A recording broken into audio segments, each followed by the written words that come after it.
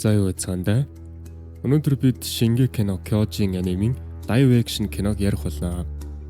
Энэ кино нь 2 парттай гарч байсан бол Брон шууд нэг бичлэг нийлүүлээд оруулчихлаа шүү. За тэгэд нэг зүйлийг сануулхад энэ кино маань анимын үндсэн зохиолоос үйл явдлын хувьд ч цаг хугацааны хувьд шаал өөр бөгөөд дөрүүдийнх нь ч бас шаал өөр шүү. Тиймээс энэ биднийг энэ киног үзэхэд илүү сонирхолтой болгож байгаа гэсэн үг. За тэгэд олон юм нуршаад яхав шууд бичлэгтээ орцгоё. За тэгэхээр киноны ихэнд 100 орчим жилийн өмнө хүн дүрс дүлэмж биетнүүд гинт гарч ирээд хүн төрлөختнийг устгаж ихсэн гэж титануудыг танилцуулснаар кино маань эхэлдэг. Хүмүүс титануудын дайралтаас амьд үлдэхийн тулд 3 давхар хан босгож төр зуурынч гэсэн 50 амгалан байдлыг тогтоосон байдаг. Ерөнхийдөө бол аним дээр Карл Фриц хаан ханыг босгож дотор нь байгаа хүмүүсийн ой санамжийг устгадаг гэж бид мэднэ шүү дээ. За тэр ч яг хөө тэгэд кино маань угаасаа анимаас шаал өөр үйл явдалтай учраас шууд ярьчаа. За тэгэд үргэлжлүүлвэл титануудаас тусгаарлах 3 давхар хаан маань үрд бат бөх байна гэх баталгаа хаанч байхгүй байлаа. Нэг өдөр ханны хамгийн гаднах хэсэгт Эрен өөрийн найзууд болох Армин Микаса хоёртой уулздаг. Манай хүн хуучин пуужин дээр гарч зогсоод дээр нь дэвсэж тэднийг айлгаж шоолж гарсан ч эцэст нь халтраад унцдаг. Эрен амьдралынхаа туршид ханны цаана хоригдож амьдарч байгаадаа туйлын дургу байгаагаа илэрхийлээд ханны цаана яг юу байгааг мэдхийг маш их хүсдэг. За тэгээд мань хүн бухимдсандаа пуужин өшгөлж орхитол хөрсөн дарагдсан хэсгийн доороос далайн зураг гарч ирэхийг хардаа. За тэгээд энэ нь бүгдийг алмайруулж орхилоо. Микаса үнийг бодит амьдрал дээр ямар үдсгэлэнтэй харагдах болоо гээл төсөөлөн бодов. Тэгсэн Эрен түүнд хандаад хэрэг хүсвэл бид өөрсдийн нүдээр очиж чадна шүү дээ гэж хэллээ. За тэгснээр манай хэд ханны доод хэсэг рүү сэмхэнд өгч очлоо. Тэгтэл ойроос харахад хан ямар асар том болохыг хараад манай гур бүр шок. Энэ үед Эрен хан руу авирахар төлөвлөсөн ч нөгөө хоёр нь гарах үр дагавраа сайж түүнийг болиулахыг оролдвоо. Армин Эренд гадаа маш олон титан байгаа гэж анхааруулсан ч Эрен 100 гаруй жилийн турш энд хинч титан болж хараагүй. Тийм болохоор тэд одоо байхгүй гэж итгэлтэй хэлдэг. За тэгсэн тэдний маргааныг харуулын цэргүүд таслан зогсоож хориотой бүсээс хөөж гаргахыг оролдож татаж хангаж гэлвэ. Манай хэдэж эсэргүүцэл. Тэгсэн найзууд нь хүнд байдалд орсныг харсан Эрен уурлал цэргүүд рүү шууд дайрч гэлвэ. Мань хүн цаазлуулж магадгүй гэдгээч үлдэн тултаастай. За тэгсэн нэг цэрэг Эренийг буудах гэж байх үед түүний аавын найз цэргийн ахмад суудаа гарч ирж зодооныг таслан зогсооход дүрм зөрчигчдийг өөрөө шийтгэхээр амлаад цэргүүдийг тайвшруулж явууллаа. Ингээд цэргүүдийг явсны дараа суудаа Эрений үйлдэлийг шүүмжилж байсан ч түүний эрх чөлөөх хүссэн чин хүслийг нь өрөвдөх сэтгэл төрлөө. Тэрээр тэдэнд хандан цэргийнхэн саяхан ханны цаана хайгуул хийхээр шийдсэн тул та нар гадагшаа өөрсдөө явах шаардлагагүй гэж хэлв. За тэгтэл манай хийдийг энэ мэд зүйлс ярилцаж байтал гинт дөргөлт болоод хаа нэгтээс хүчтэй дэлбэрэлт болох чимээ сонсогдоод нэг хачин чихтэй амар чанга чимээ гараад эхэллээ. Гаднаас ямар нэгэн зүйл дайрч орж ирэхийг оролдсноос болж хан цуурч гэлвэ. За тэгсэн бидний сайн мэдих 50 метрийн ханнаас ч өндөр бүх биеийг нь халуун уур бүрхсэн Колоссал титан ханны цаана гараад ирдэг. Энэ үед ханны манаачд Колоссал титаныг хараад үхтлээ аж бүгд шок. Харин Колоссал титан тасралтгүй амар чанга хашгирсаар улмаар ханыг өшгөлж эхлэхин тэрэ. За тэгэд 2 удаа хүчтэй өшгөлсний эцэст ханыг эвдэснэ. Даалгавраа гүйцэтгэсэн мэт утаа маань дунд алга болчдөг. Энэ үед Колоссал титаныг гаргасан том нүхээр амар нүүр царайтай цэвэр титанууд олноороо хот руу дайрж орж ирэхийг манай хэд харддаг. Тэргүүд их буугаар буудаж хотоо хамгаалахыг хичээгч дөрмийн дагуу титанууд гайхалтай хурдан нөхөн төлжиж чаддаг тул довтлогоон тэднийг ердөө төр зурл удаашруулж байдаг. За тэгэл титанууд цэргүүдийг идэж эхэлдэг. Энэ үед Эрмен Микасатай хамт шахацалтаа гүйж яваа харагданаа. Харин Армин эцэг ихээ хайхаар явлаа. Хот даяар үүмийн самуун дэгдэж титанууд хүмүүсийг даган хотын төв рүү нэвтэрч хүмүүсийг яг л найран дээр байгаа юм шиг идэж эхэлдэг. Энэ үеэр Эрмен Микасаг аваад хүмүүсийн хорогдох байр болгож ашигладаг сүм дээр ирлээ. Тэнд хүмүүс титануудаас нуугдахаар сүмийн хаалгаар багтаж ядаа шахацалдж байдаг. Манай хоёр орох гэж тэмцэлдэх хооронд Микаса газар тунсан ялах хүүхдийг аврах гэж байгаад Эренээс салждаг. За тэгэл олон хүмүүс шахацалдаж түлхснээс болоод Эрен Микасаг орхиод сүм рүү орчдөг. Хүмүүс айсандаа хаалгаа төгжиж гаднаас хэнийг ч оруулахгүй гээл үүмэлднэ. Энэ үед Эрен сүмийн цонхоор гаднахыг хартал гадаа үлдсэн Микаса дээр аниме дээр гардаг Эрений ижиг иддэг Дина Фрицийн титан шиг инээсэн царайтай титан ирсэн байхыг харнаа. За тэгсэн энэ үед Микаса маань хувь тавилангаа хүлийн зөвшөөрсөн байдалтай үхэхтэй бэлдвэх хөөрхий. Яг тэр үед хүчтэй дөргөлт болж бүх хүн шалан дээр унлаа. Эрен маань энэ симхийг ашиглаад сүмээс гарч чаддаг. За тэгэл эргээд харсан чинь Өнөө хорогдох байр болгосон сүмийг титанууд дээврээс нэвдэж эхэлсэн байх ба дотор нь байх хүмүүс бол тэгэл хаалга цонхоор гаран саруулзаад угаасаа идүүлж өгөх нь тодорхой болдог. Энэ үед Эрин маань юу ч хийж чадахгүй юм болохоор дэмийг цааш алхлаа. За тэгээд үйл явдал солигдож 2 жилийн дараах үйл явдлаар үргэлжилнэ. 2 жилийн дараа цэргийнхэн халдлагад өртөж эвдэрсэн гаднах ханны дүүргүүдийг эргүүл авахар төлөвлөж эхэлдэг. Ард иргэд дотор хан руу зүхтэж амь хорогдсон байсан ч халдлагад өртсөн гаднах ханы бүс нутгийн дүүргүүдэд байсан тарилангийн талбайнууд сүрсэн нь хоол хүнсний хомсдол үүсгэж улмаар үхэл хагцал гэмт хэрэг ихсгэд хүргэсэн байдаг. Энэ бүхэн удирдлагуудыг хүн амаа өсөглөнгөөс аврахын тулд ханаа засварлаж алдагдсан газар нутгаа эргүүлэн аваад хананд үлдсэн титануудыг устгах шаардлагатай болгожээ. Энэ үед командлагч Кубал зэвсгийн мэрэгжилтэн Ахмад хаанжийг тайзан дээр танилцуулваа. Тэрээр титануудыг устгахад зориулсан шинэ 3D маневр төхөөрөмж үзүүлсэн боловч энэ нь титануудыг хөнөөхөөс илүүтэйгээр өөрийнхөө багийнхныг л хөнөөх магадaltaй юм шиг л харагдаж байлаа. Харин 2 жилийн өмнөх цус таллагаас амьд үлдсэн Эрин маань армины хамт цэргийн албанд хэлсжээ. Харин Микаса титанд идүүлсэн юм уу яасан бөө мэд. Тэд цэргийн хоолохоор жагсаж байх үед Ахмад Соодатай уулзсан бөгөөд мань хүн бол өмнөх гадна ханы халдлагын явдлаас болж сэтгэлээр унж архинд гүн авцсан байдгаа. Хооллож байх үед арми багийнхантаа ханны дээд хэсгийг дэлбэлж дэлбэрэлтээс гарсан нурангаар хананд гарсан нүхийг бөглөх төлөвлөгөөгөө тайлбарлав. Ингэснээр ханны тухайн хэсэг намссан ч ердийн титануудаас өндөр хэвээр үлдэх бөгөөд хүмүүс хотоо эргүүл авч магсуудыг устгах боломжтой болох юм гинэ. За тэгээд удалгүй цэргийнхэн нар жаргах үед гадна ханны дайралтад өртсөн хэсэг рүү хөдөлгөөр зэхлээ. Учир нь титанууд нарнаас эрчим хүчээ авдаг тул шөнийн цагаар идвэх муутай болдог учраас тэр. Гэхдээ титанууд нь дуу чимээнд маш мэдрэх тул аль болох чимээгүй явах шаардлагатай. Удалгүй дотор ханны хаалга нэгдэж цэргүүд хуйгалсан машинтай гадагш гарлаа. За тэгэл дотор ханнаас холдоод явж байтал Ахмад урд зүгт хөдөлгөөн ажиглаж машинаа зогсов. Тэгээ цэргүүд машинаас бууж орчноо тагнаж эхэлтэл тэнд хэд хэдэн үхрнээс өөр юу ч байсангүй. Гэтэл энэ үед багийн гишүүн Хянна гэх эмэгтэй барилга дотроос нялх хүүхэд өөлхийг сонсоод ийм нөхцөлд хүүхэд амьд байх боломжгүй ч гэлээ шалгахаар шийдвэ. За тэгэл Хянна дуу гарсан зүг рүү явхад Эрин түүнийг хамгаалахаар хамт явлаа. Энэ нь Микасаг аварч чадаагүй алдаагаа засах гэсэн оролдлого нь байваа. За тэгээд тэд балагсын гүн рүү ороход Эринд ч бас хүүхдээ өөлөх чимээс сонсогдож эхлэн тэр. Тэгсэн гинт наалдамхай шингэн Хяннагийн нүүрэн дээр тусахад тэд гэрлээ тусаагаа дээшээ харвал дээр нь бяцхан титан хүүхэд өөр нэг хүнийг идэж байлаа. За тэгэл манай хоёрыг харсан бэби титан доош үсэрч буугаад өөлж эхлэхэд тэд тэндээс зугтваа. Тэдний гаргасан чимээ гадаа байгаа бүгдийг сандрахсан тул Ахмад нь титануудыг татахгүй тулд бүгдийг тайвшруулахыг оролдлоо. Тэгсэн нэг титаныг гар гарч ирээд мань хүнийг идчихэж байгаа юм аа. Одлгүй Эрин титануудад хөөгдөн ард үлдсэн багийнхан лугаа гүйлээ. За тэгсэн энэ үед командлагч аюулыг мэдээд тагнуулчтай орхиод машинаараа зугатаачдаг. За тэгэл хаасайгүй титанууд ингээд өөр сонголт үлдээгүй тул цэргүүдийн үлдсэн хэсэг нь титануудаас зугатахын тулд хамгийн ойрын барилга руу гүйлдлээ. Гэвч тэдний урд бас нэг титан гарч ирснээр манай хэд сандралдаал за ингээд үхэндээ гэсэн чинь тэднийг яг алуулах гэж байх мөчөд туршуулын салааны Ахмад Шикишима гарч ирээд титаны шилэн хүзүүнд байх эмзэг цэгийг онж унгаваа. За тэгсэн түүний араас өөр нэг эмэгтэй гарч ирснээ бас л амархан гихч нэг титаныг унгаачдсан байна. Тэгснээ өнөөх эмэгтэй ууршиж буй титаны хажууд бууж ирэхэд тэр нь Микаса байдгаа. Тэгэл Микаса Эринийг харснаа огт тоосон шинжгүй харин дэрэгдэн ирсэн Ахмадыг хараад үл ялэг инээмсгэснээ 3D төхөөрөмж ашиглаад хамтдаа яваад өгд юм байна.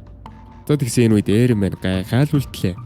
Удалгүй Кубал командлагч Шикишиматай уулзахад Шикишима командлагчийн тушаалаар тесрэг бодисыг хамгаалж байсан ч нууц задруулахгүй гэсэндээ яг хаана байгааг нь тодорхой мэдэхгүй гэдгээ хэлдэг.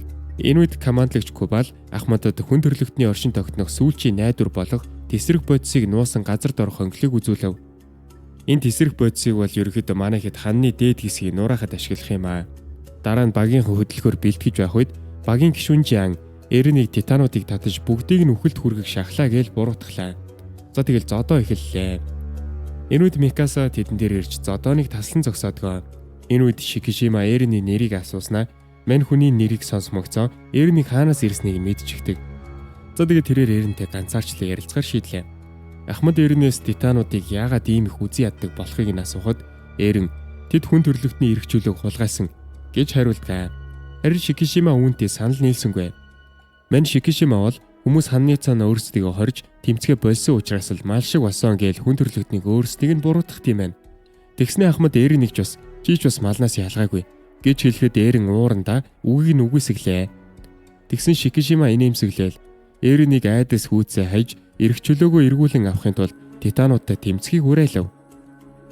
Тэр өдрийн орой Эрийн эвдэрхий төгөлдөр хуурын дэргэд Микасаг болж уулзаад түүнийг амьд байгааг хараад баяртай байгаагаа хэлдэгэ. Даанч Микаса нэг л өөр хүн болчихсан аятай нэг л дуугүй байгаад байна. За тэгэл Микаса хан нурах үед өөрийн аврахыг оролцсон нөгөө нялх хүүхэд нь титанд хідүүлснийг дурдлаа.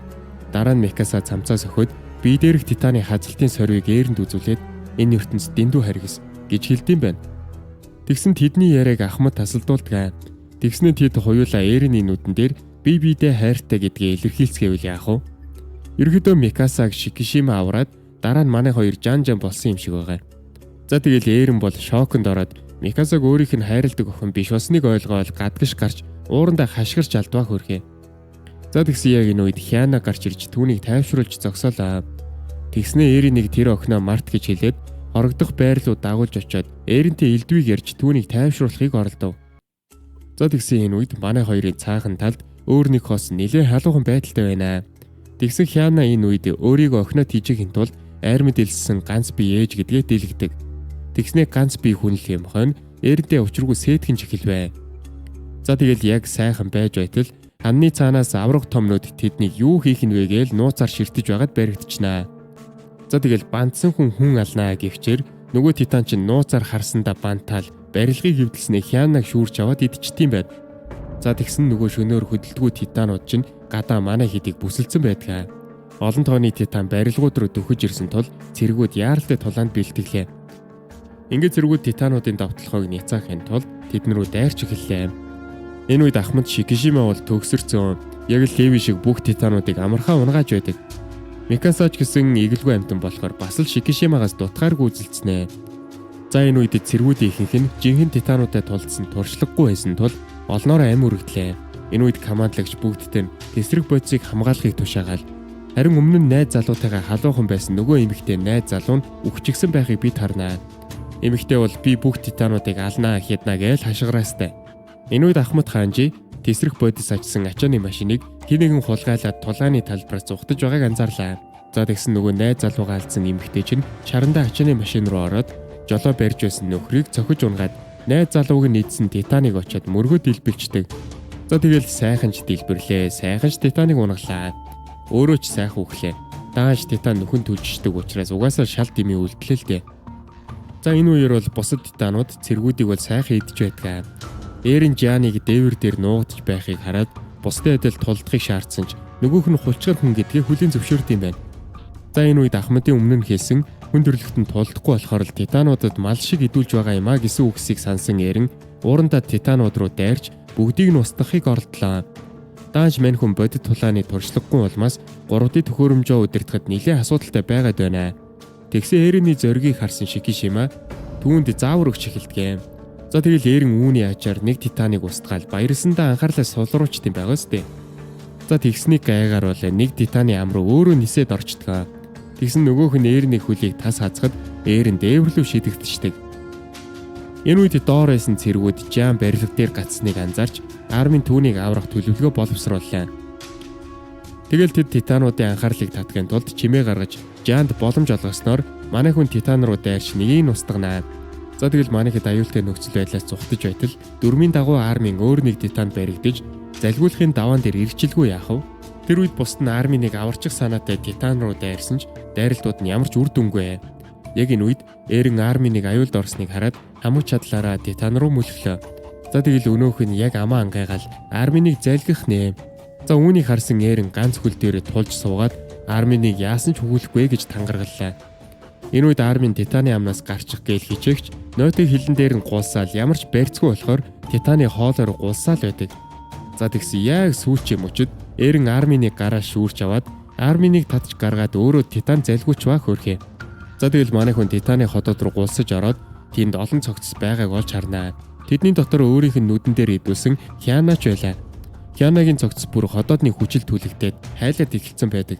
Ерөнхийдөө бол бид хэд ч ялгаагүй нэг титанд идүүлчвэл ходоодонд нь хичнээн амьд байсан ч Хүчил төрөгч үнэр танарх одоодны хүчил гээл олон зүйлээс болоод шууд үхэл юм байна л да.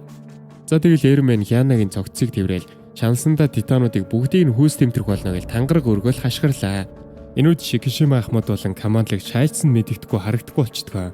Ингээд удирдлаггүй үлдсэн зэргүүд титануудад бүслэгдчихдэг. Энэ үед Микаса багийнхан туслахаар ирсэн ч армийн Эрений тасарсан гарыг барьчихсан зогсохдоо Эренийг үхсэн гэдгийг Микаса тэлдэгэ. За тэгэл Микаса уурандаа титанууд руу шууд дайрч гэллээ. Микаса титануудыг нэг нэгээр нь унагсан ч дөрмийн дагуу 3D төхөөрөмжийг нь хийн түлш дуусч газар унчлгүй яах вэ? За энэ үед Эренийг зайлгсан титан түүний зүг дөхөж ирэхэд Микаса эцсээ хүртэл тулдахаар шийдсэн байдаг. Тэгсэн гинт нөгөө титан ч өгөөл нүүрэнд барайгаал ирлээ. Тэр үед аман дотроос нь титаны гар гарч ирснээр нөгөө титаныг зад татаал дотроос нь лава шиг шатсаар довтлогооны титан гараад ирнэ. За тэгснээл учир зүггүй бусад цэвэр титанууд руу дайраал тастаас цохиол тастаас өшөглөөл хядаж эхэллээ. Энэ үед хаанжи болон бусад нь титан өөрийнхөө төрөл рүү дайрч байгааг хараад гайхтын байгаа сте. За тэгэл өнөөх титан чинь бусдынхаа дунд ястай карате хийгээл янзаар устгана. Энэ үед Микасад түүний тулааны хэв маяг нэг л танил санагдаастай. Тэгсэн сууда тулааныг анхааралтай ажиглаад энэ титан бол Эрен мөн байна гэдгийг ухаардаг. За тэгэл өнөөх довтлогооны титан байна. Бусад титаныг тасчиж дуусгаад дээвэр дээрх манай хэдийг харснаа тэднэрүү дайрахаар оролддог. Тэгсэн бүгд айсан давгарсан ч Микаса л Эрений нэрийг дуудан үлдэв. Тэгсэн өнөөх титан хэсэг зур зогссноо Микасаг шүүрч аваад өргөлөө. Тэгснэ Микасаг ширтэж байснаа түүнийг нэг л таниад байх шиг байна. За тэгэл гинт нөгөө титан чинь ухаан алдаад унчина. Газар унсан титаны бие ууршиж эхлэхэд Микаса шилэг үзүүгийн цавчснаар дотроос нь Эрен нялцсанхай хүчил шиг зүйлд бүрхэгдсэн гар хөлөнд бүтэн болцсон байдалтай уур савсуулаад гараад ирдэг. Үүнийг харсан бүх хүмүүс алмаарч хоцорсон ч Ахмад Шикишима түүнийг ажиглан зогсохдоо Эрений хувирлыг хараад огтхонч гайхсан шинжгүй альмаа хазангаа энийг л харж байдгаа. За үүгээр киноны маань 1-р хэсэг дуусч байгаа юм. 2-р ангийн эхэнд Эренийг хүүхэд байхад нь аав нь гений инженерчлэлийн туршилт хийж хүний титан болгох чадвартай серумыг Эренд тарьсан гэдгийг бидэнд харуулнаа. Засгийн газар Эрений аавын туршилтыг устгахаар ирэхэд Ахмад Соода тэнд байсан бөгөөд Эренийг нуухад тусалсан байдаг. Командлагч Кубалаар удирдуулсан зэргүүд Эренийг гэрт ирж аав Гришаг нь баривчилж харин Эрен Соодагийн хамт нуугджээ. Бодлогыг командлагч лабораторийг шатааж харин Ахмад Соода Эренийг аюулгүй газар руу авч явсан байдаг. За ингээд Эрен цочин сэрэх ба зэргүүд түүнийг хүлж зэвсэг тулгсан байв. Энэ үед командлагч Кубал өрөөнд орж ирээд коммунизмын үзэл санааны талаарх философи ярьж гарлаа. Тэрээр нийтлэг дайсан болох титануудыг олж илрүүлсний дараа хүн төрлөختөн хэрхэн нэгдсэнийг тайлбарлав. Хэдийгээр хоол хүнсний нөөц хомсдолтой болсон ч хүмүүс бүгд тэгш эрэхтэй болсноор илүү жаргалтай байгаа л гин. Тийм байтал Эрений титан болж хувирах чадвар энэхүү 50 амгалан байдал занал хийлж байна л гэлээ. Энэ үед Эрен өөрийгөө титан бишээ. Би хүн гэл батлахыг оролцсон ч командлагч түүнийг амьд үлдэхийг хүссэнгүй. За ингээл Эренийг яг буудуулах гэж байхад армийн гинт гарч ирээл титануудаас хүн бүрийг аварснаа Эрен байсан гэдгийг хэлж түүнийг өмөрөв. Тэрээр Эрен хотыг титануудаас хамгаалж чадах үн цэнтэй хүч байх болно гэдэгт командлагчийг итгүүлэхийг хичээлээ. Мөн Ахмад хаанжиж бас Эренийг алахыг эсэргүүцэж байлаа. Гэхдээ энэ нь түүнд тус болох гэсэндээ биш, харин Эрен дээр туршилт хийхийг хүсэж байсных юм аа. Энэ үед армийн гадна хотын ойролцоо эвдэрхий пуужин байгааг хэлж Эрений тусламжтайгаар ханыг амжилттай нурааж нүх гарсан хэсгийг бүглэж чадна гээл Кубалыг итгүүлэхийг оролдлоо. Гэвч армины ятгах оролдлого нөхцөл байдлыг уламд ордуулж Кубал өмнөх даалгаврыг тасалдуулж тесрэх бодисыг сүйтгэсэн хэрэгт арминыг буруутгачд юм байна. Тэгснэ командлагч цэргүүддээ буутахыг тушаах боловч Эрен өөрийгөө батлах боломж олгохыг хүсэж өөрт нь туслахыг гуйсаар л байлаа. За тэгсэн яг энэ үед Эренийг алах гэж байгааг харсан Микаса эцэст нь амиа үл хайрлан түүнийг хамгаалж тулдахаар шийдлээ. Командлагч түүнээс яагаад мангасыг өмгөөлж байгаа юм гэж асуухад өөр аргагүй хүрсэн Соода хүн бүрийг зогс гэж хэлээд Эрений чадварын тухай тайлбарж эхэллээ. Эрен титан болсон ч өөрийгөө хянах чадвартай боловч хугацаа өнгөрөх тусам ухамсар нь бүдгэрдгээл эндэ. Энэ бүгдийг тайлбарлаж дуусаагүй байхад нь буун дуугарч Соода газар тунлаа. За тэгсэн энэ үед гинт таазнаас хуйг титан унж ирээд командлагч Кубал болон ойр хавийн цэргүүдийг бяцалж баг хөөрхий.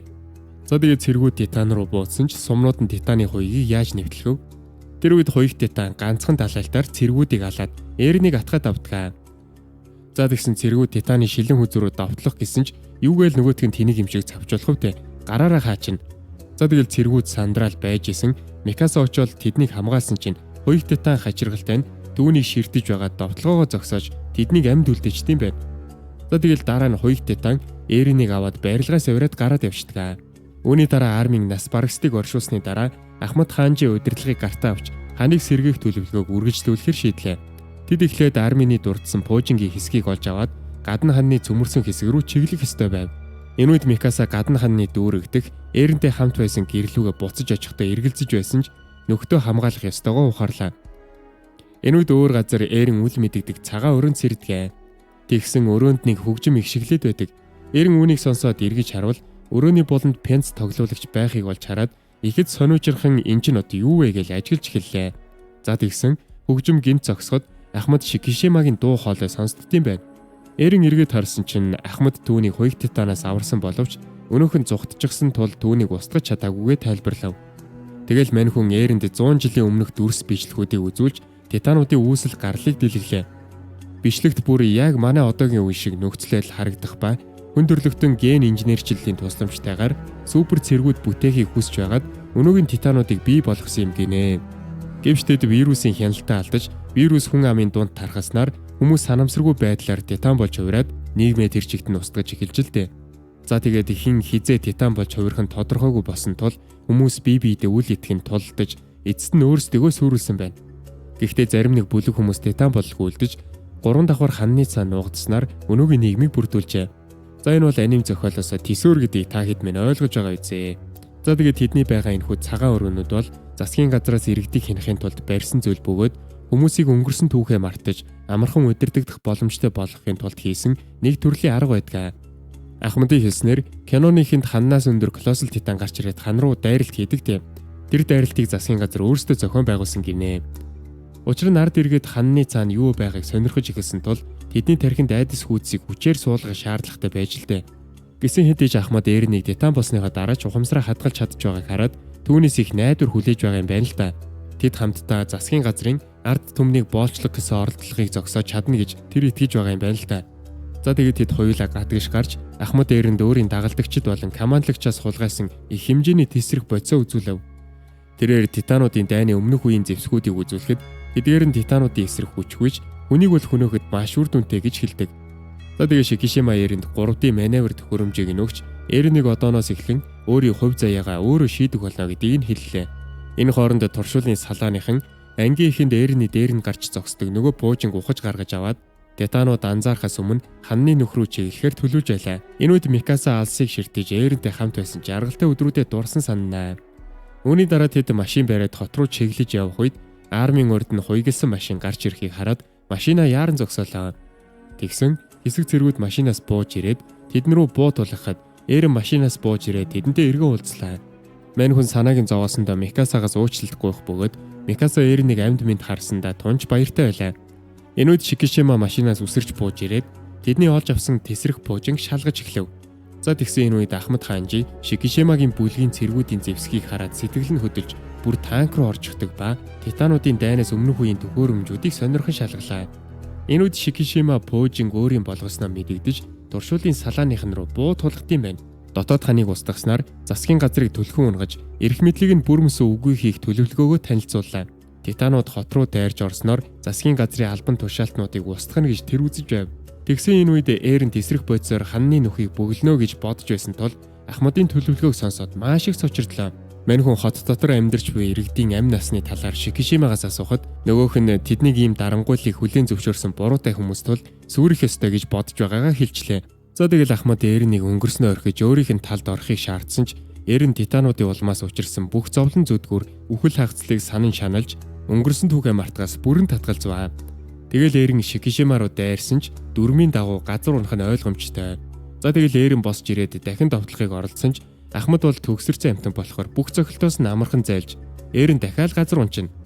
Энэ үед Шикишима бүр Эрэнийг Титан болоод дайраад ир гэж хэлж байгаа жишээний. Тэгэл Эрен ууранд Ахмад руу дахиад дайрсан ч дөрмийн дагуу дахиад зохиолоод унаж байгаа юм аа. Энэ үед Микаса Ахмадыг зогсохыг гуйхад Шикишима инээд алдснаа бүр Эрэнийг сэтгэл санаагаар унахын тулд Микасаг хүчээр үнсчдэм байна. Тэгсэн Микаса түүнийг алгадсан чинь Ахмад шууд Микасаг хавирж унгаж ин тэр.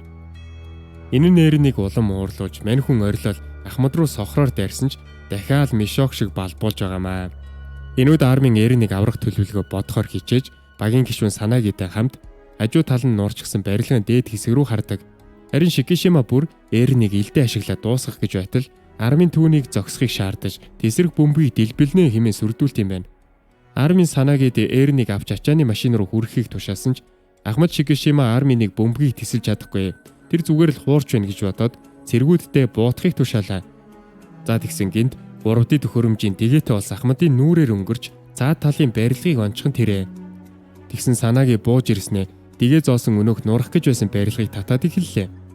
Мань хүн Арминыг яв гэж хашгираад хамаг хүчээрээ татсаар л байлаа. Энэ үед Ахмадын хүмүүс санаагийн руу буудсан ч мань хүн баатарлагаар бууж өглгөө татсаар эцэст нь барилгыг тесрэх бөмбөгийн дээр нурааж чаддаг.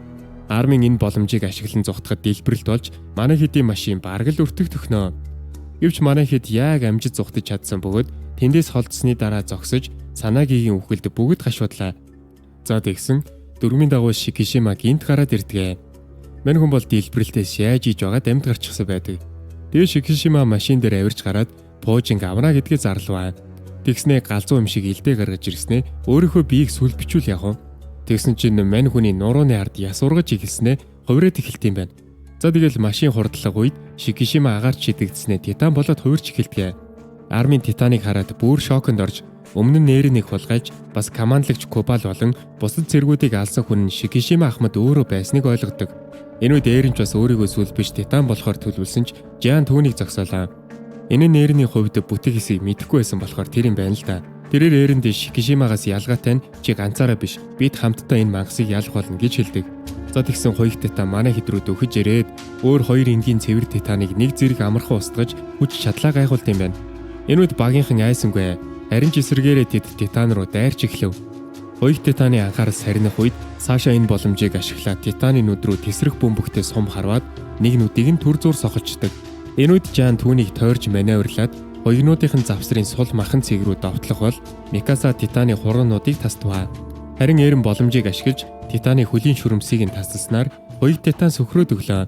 За тэгсэн үүнийг харсан Жан Титан руу шууд дайрч шилэн үзүүг нь цавччих яа гэж сэтгэсэн чинь нөгөөх нь юу гээл тийм амархан цавчлах вэ? Жан руу эргэж хараад цогчтны байгаа зү. Энэ үед Эрен яг амжиж урдуур нь ороод Жаныг аварж өөрөө хантай нийлуулчихдаг. За тэгэл хоёрт Титан эргэж хараад тесрэх бөмбөг рүү очиод яг авах гэтэл гинт Эренийг хавсаргаж цогсон өнөөх барилга нураад ногоон гэрэл цацраад эхэлдэг. За тэгэл Эрен Титан болж хуураад гараад ирлээ те. Ингээд дөрмийн дагуу хүчээ үзэхээр хоёр Титан бие рүүгээ дайрлаа. Мань хоёр нэлээд ширүүн тулдаж эхэлсэн ч хоёрт Титаны хуйг нь маш батбүх байсан тул Эрен цохих үедээ өөрөө бэртэж улмаар нөхцөл байдал нь улам муудаж эхэллээ. Ингээд хоёрт Титан тулааныг бүрэн захирч Эрний толгой руу хүчтэй өшгөлж унаглаа. Ингээд Шикишима тулааныг дуусгахаар Эрен рүү алхаж байтал Эрен хажууханд нь байсан нисдэг тэрэгний сэнсийг шүүрч аваад Шикишимаг мөрнөөс нь хөвлийн хүртэлэн цавчиж орхидог. Энэ цогцолт нь хоёрт Титаныг бараг хоёр хэсэг хуваахт өгсөн бөгөөд Эрен нэрийн хуудас болсон өвдөглөлтөө хийснээр нөгөөх нь толгойноос нь цус садраал барилга руу шидэгдчихлээ. За ингээл Эрен тулаанд ялсан болохоор довтлогч Титаны сүр хүчийг харуулan архирлаа. Дараа нь Эрен төлөвлөгөөний дагуу пуужинг авч өгрээд хан руу авирч эхэлдэг. За тэгэл замдаа таарлцсан ханны ховлтой нүхтэй хэсэгт пуужингаа байрлуулж байтал мань хүний Титан нь удирдлагаас нь гараад ухаан алдаад эхэлдэг. Тулаанд хамаг хүчээ баарчихсан болохоор хэтэрхий тамирчсан байдаг. Завулмаар мань хүн ухаан алдаж Титантайгаа ханнаас унах нөхцөл байдал үүсгэд Микаса Эрний Титаны нуруунд дээр гараад илдээ зоож далайг хамт үзнэ гэсэн амлалтыг нь сануулснаар манай хүн эргээд сэргснээр тесрэх бөмбөгийг ханны нөх рүү шахаж орууллаа.